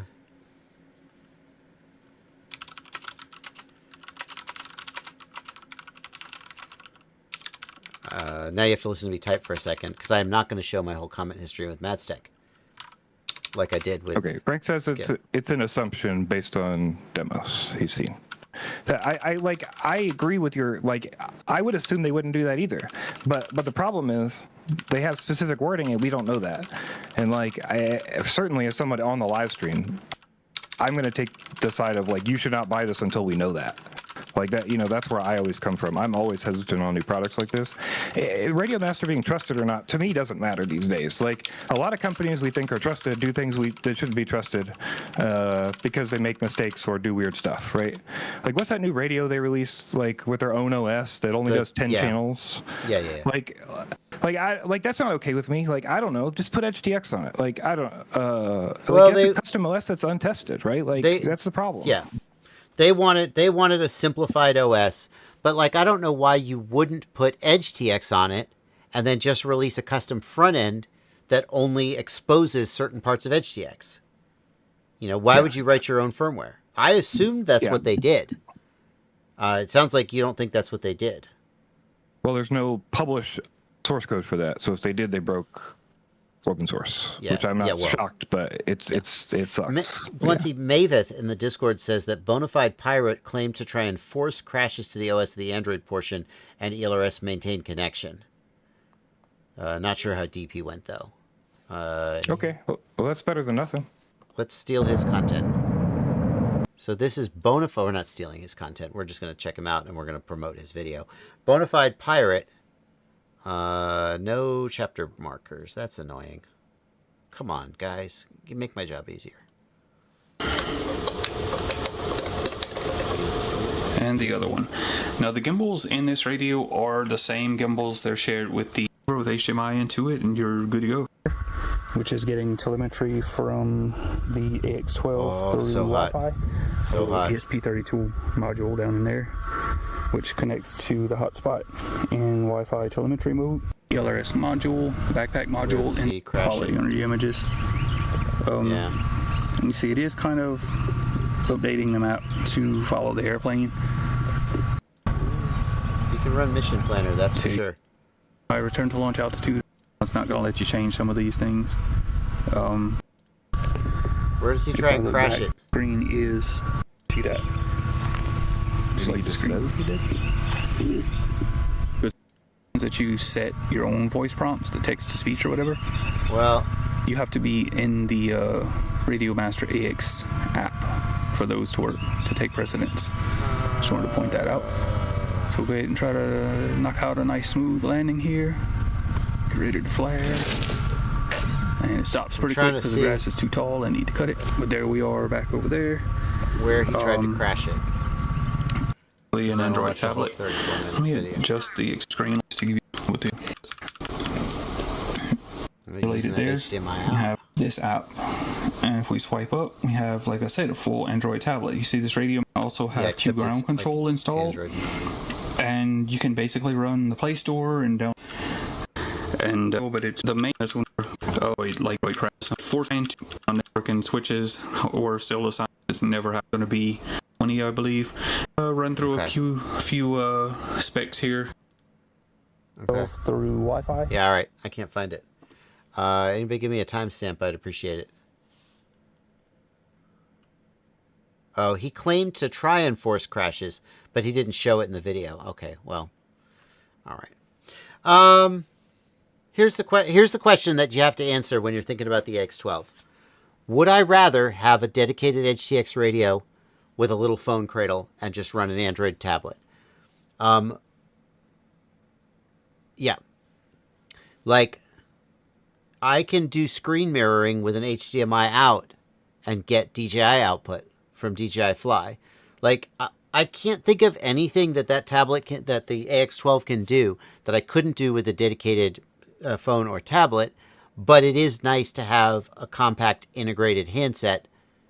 The fact that the handset runs an ancient version of Android is a pain in the ass. Like, for example, you can run Q ground control in Mission Planner, but I tried to install, is it TAC? Is it TAC?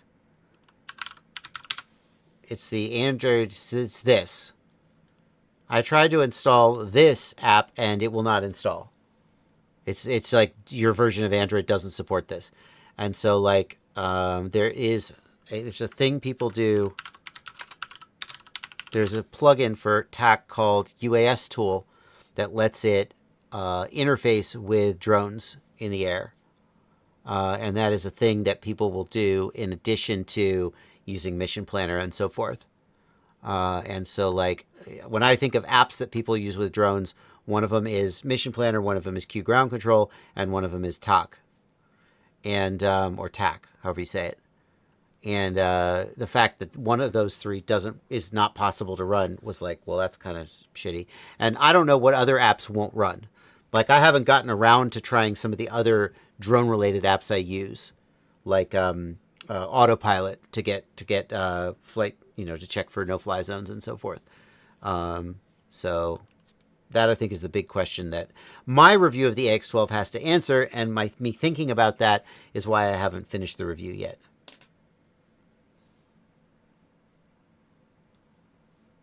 So,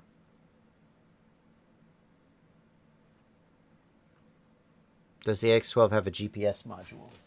Good question. I can probably answer that for you right quick if I could figure out how to turn it on. There we go.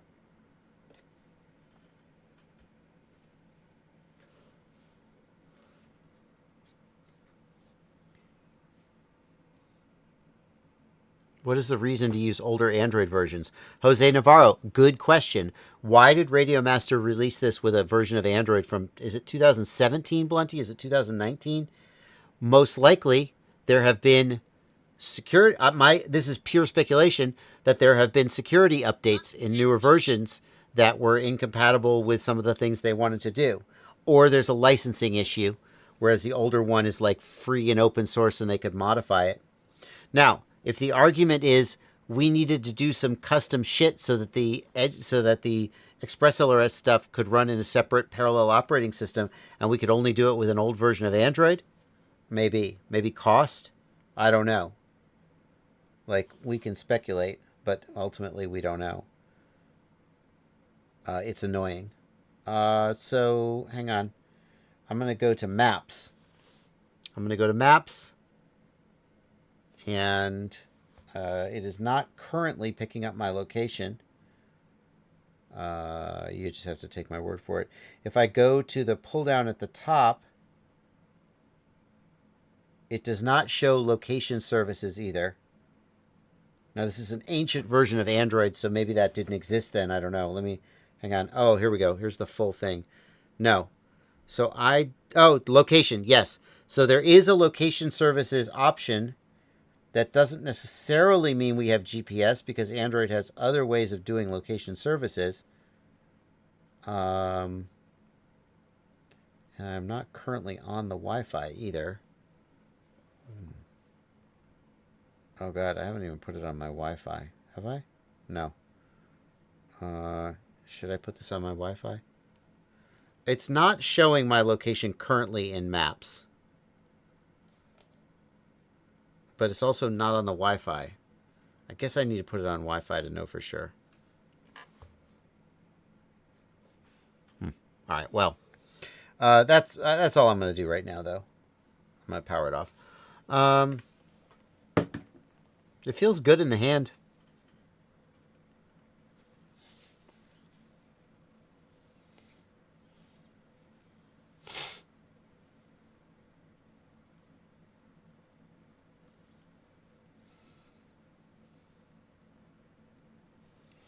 All right.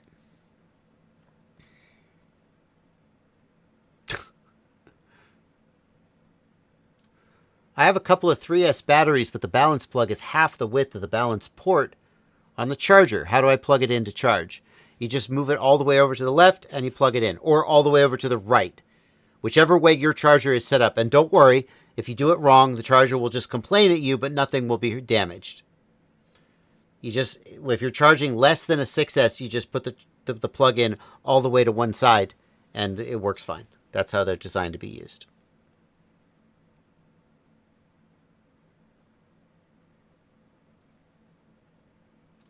Why can't I use all 3,000 milliamp hours in my Lipo? At around 3.6 volts, I used about 1,200 milliamp hours. Where's the rest of my Lipo? Most likely, your current sensor is inaccurate. Most likely, the current sensor has not been calibrated, and so the milliamp hours and the amps are reading wrong. Go ahead, Blunty. Okay, so he claims not only is it calibrated, but he charged this back up on his charger, and it only shows 1,300 milliamp hours on his charger that goes back into it. Okay, well, then your Lipo is shitty. It has 3,000 milliamp hours on the Lipo, but it's not a 3,000 milliamp hour Lipo. Now, you only went to 3.6 volts, so technically you would want to go like that. That 3,000 milliamp hours could be all the way down to 3.0, which I do not recommend you do. And if you only got 1,200 milliamp hours to 3.6 volts, then you're not going to get 3,000 milliamp hours. However, you would get closer. Like, I could see you going from 3.6 to 3.2 volts and getting like 2,000 milliamp hours for sure. But you're not going to get 3,000. Your Lipo is old and shitty, and it's not meeting its rated spec. That's it. Ultimately, it says 3,000 on the label. You're not getting 3,000. If it's brand new, and you were doing, you calibrated the current sensor, and you were doing a discharge recharge with your charger, I would consider that pretty definitive. If it was brand new, and I bought a 3,000 milliamp hour battery, and I was only getting, say, 2,000 milliamp hours out of it, down to 3.1 or 3.2 volts, I would be like, well, this is piece of shit, and it's mislabeled, and I wouldn't buy that battery again. Yeah. Couple things. He says, can I get to 3.2 safely on this battery? Is that okay to do? Yeah, as long as no cell goes below 3.0, you're fine. Now, you want to be aware that the cells will be a little bit out of balance. And by the way, here's a possibility. If you discharged it and one of the cells is like, all the cells are at 3.6, but one of them's down at like 3.1, then you have a bad cell, and that could explain what's going on. But as long as all the cells stay above 3.0, the battery's going to be fine. And discharging the whole battery down to 3.3 or 3.2, as long as you're not just going full throttle, as long as you're being gentle, they probably will not get out of balance and probably will all stay above 3.0. But if any of them goes below 3.0, what you'll notice is that immediately the voltage will drop off a cliff, and you should immediately stop and let it recover, and it should be okay. But don't let it go below 3.0. Yeah. If your IR is really bad, let's just imagine a really bad IR. The pack heats up extra, like you lose energy through the. But that isn't shown. Is that shown in the amp meter? No, but you will. What will happen is that you will get a reduction in milliamp hours. Absolutely. So some of the energy is being wasted as heat inside the battery, and that does not show up in the milliamp hours running through your current sensor. But you would see it in the recharge on the charger.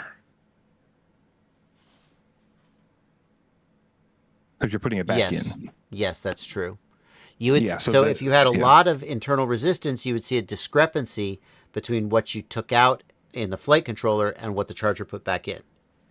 So it's not internal resistance or sag, because the charger showed about the same number that the flight controller showed.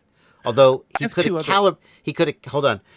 calibrated the flight controller based on the charger, and so he could have calibrated out that internal resistance, and as long as he flies at roughly the same throttle position, that will continue to align. I have a theory. So, yeah, what's your theory? What if these are lithium ions, not lipos? I know you said lipo. And they're made to go down to like 2.7. Yeah, so just to be clear, they do make a GNB 3000 milliamp hour Li-on pack versus a lipo pack. They make both. So just to be clear, if this happened to be lithium ion, then this would make perfect sense, because you're supposed to take them down much lower voltage. That's good. That's good. And we should ask Gemini and see if it comes up with that answer. I bet it won't. Oh, dare I? No, we're not. We're almost done with the stream. Because these discrepancies are very large. The other thing I have to say is, if this is a lipo and it's high voltage, you should be charging to 4.3 or 4.35, and maybe that's part of your discrepancy. And then also, just to be clear, hopefully you're charging to actually 4.2 or 4.35 and not some lower number for some reason. Good point. Because I've seen new pilots charge like 3.8 because it says it on the side of the battery. Yeah, no. So if it's a high volt, then in order to get the full milliamp hours, you have to charge to 4.35. Wait, Li-on goes lower? Yeah, that's why Li-ons have more milliamp hours, because they go to a Li-on, the absolute minimum is around 2.5, and the usable minimum is around 2.7 or 2.8, as opposed to 3.0 and 3.2 or 3.3 for a LiPo.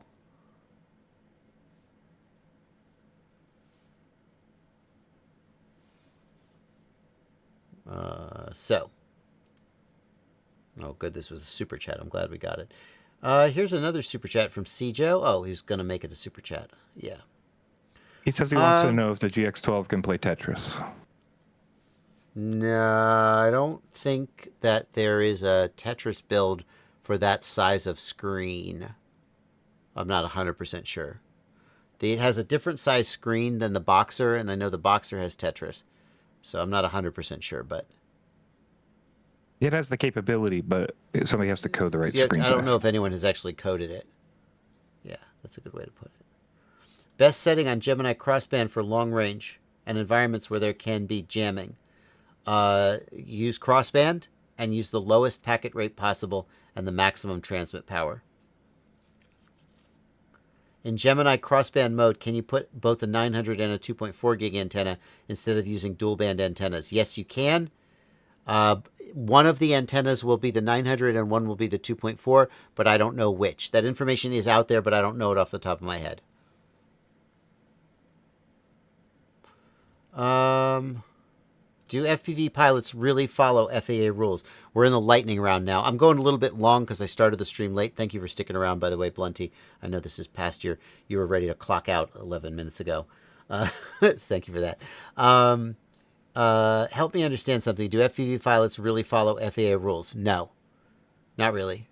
Like, realistically, most FPV pilots are breaking some FPV rules in some way some of the time. I, of course, follow all the rules, but the just analogy real you talk. always use, the analogy you always use, and I think the best one is like, do you drive the speed limit on the highway? Right. It's very akin to that, right? There are these little rules we always break all the time in our lives, right? That like are like little things that don't matter that much. It could matter a lot, but most of the time, nobody's ever going to care. Nobody's going to stop you. Nobody's going to see it. It's not a problem. That's the way most FPV pilots live. Most FPV pilots don't have a ham license. That's not an FCC rule or an FAA rule. It's an FCC rule, but it's a rule that pilots commonly break. There's no consequences, and no one really cares. Most FPV pilots don't have a spotter. When they put their goggles down, they no longer have line of sight of the drone. They're supposed to have a spotter who's co-located with them. If you're flying FPV by yourself, the minute you put the goggles down, you're breaking the rules. If you don't have a remote ID module on your drone, you're breaking the rules. If you don't have your FAA number on a tag on the quad, you're breaking the rules. There's all kinds of little ways that people break the rules. It's like, again, if the speed limit's 55 and I'm going 65, most of the time, even if you blow past a cop in a lot of states, they won't get you for like 9 over. They might get you for 11 over. They just won't care. They're like, I got bigger fish to fry. And on the other hand, if you blow through a red light and you T-bone somebody, now you're going to get some attention. If you get pulled over and you're driving with a 0.12 blood alcohol level, now you're going to get some attention. So if I take my drone and I fly it over the Super Bowl, now I'm going to get, or a prison, or the FBI headquarters, now you're going to get some attention. If I fly it into controlled airspace, like a major airport, now you're going to get some attention, right? But most people don't do those things. Most people are breaking relatively inconsequential rules. The FAA thinks they're consequential, but most of the time, nothing comes of it. And that's the real talk. And now I'm ruining the hobby, because what I should say is everyone should follow all the rules all the time. And if you don't, you're the part of the problem. And that's just not how I feel. And I don't think you should feel that way either. HC0 Goggles 2 or Orca Goggles 2 with HC0 VRX4. HC0 Goggles 2 all the way. I wouldn't take an external VRX if I could avoid it. I just like the HC0 goggles. They're fantastic. Big fan of them. Yeah, okay. We're going to wrap up. Now I've tagged a bunch of questions. Oh, we got another super chat. This will be the last question for the stream. Then we're going to tag out. And there will be a stream next weekend. I'm going to be home for a few weeks in a row. And so we will be streaming at our normal times, in case you were wondering. Butavo, thank you for 1790 PEN. I've never heard of a PEN before. I don't think I've ever heard of a PEN. It is a Peruvian Soles. That's a new one for me. How about that? Thank you for the donation. Best analog goggles at this moment for tiny whoops, and 5 inches without money restrictions. I would say HC0 Goggles V2 is the best. They have a great built-in analog receiver, but if you prefer, like I've heard people say that Rapid Fire or Fusion or SpeedyB does better in high multipath environments. Okay, if you feel that way, they can work with an external module. Your choice. And just the overall user interface and configurability is top-notch. The DVR is fantastic. I just think they're great analog goggles, and price no object. That would be my choice, period. Yeah. So thank you for the donation. That is going to do it for the stream tonight. Thank you for staying long, Blunty. Yes, question. Are we back next week? Yes, we are. All right. I thought I said that. Everybody out there. Yeah, we are. Oh, okay. Oh, yeah, no problem. We're back next week. Yes, the 29th. Yes, the 5th is Easter Sunday, but, I'm a heathen. So if you're up, I'm up, Blunty. Yep. And then the 12th for sure. And then, then there's going to be a little bit of a stretch where there aren't streams for a little while. And then Can I'll we come answer back one and there'll be question more streams. real quick? Yeah, okay, if you want. Joran FPV has a question he's been asking since he's waited since the beginning of the stream. Let's answer his question. It's number 2 up there at the top. What's the best ELRS module for the Tango 2 right now? I would take the Radiomaster Nomad Light module. I think if you're buying Express LRS right now, you really should buy a module with the 1121 chip in it, and that's the Nomad. Now, you may think, well, I don't need dual band. Maybe someday you will. And then it just seems like the 1121 is where the development is going right now. So even if you only do 2.4 gigahertz, like the 1121 chip got a couple extra packet rates in Express LRS 4.0, I just think that the Nomad module is not that much of a price difference compared to some of these other modules, and it's just like complete future-proofing for whatever you might want to do with Express LRS. That's the direction I would go. So, got it. All right. Awesome. That's going to do it. See you guys this coming Sunday. Bye, everybody.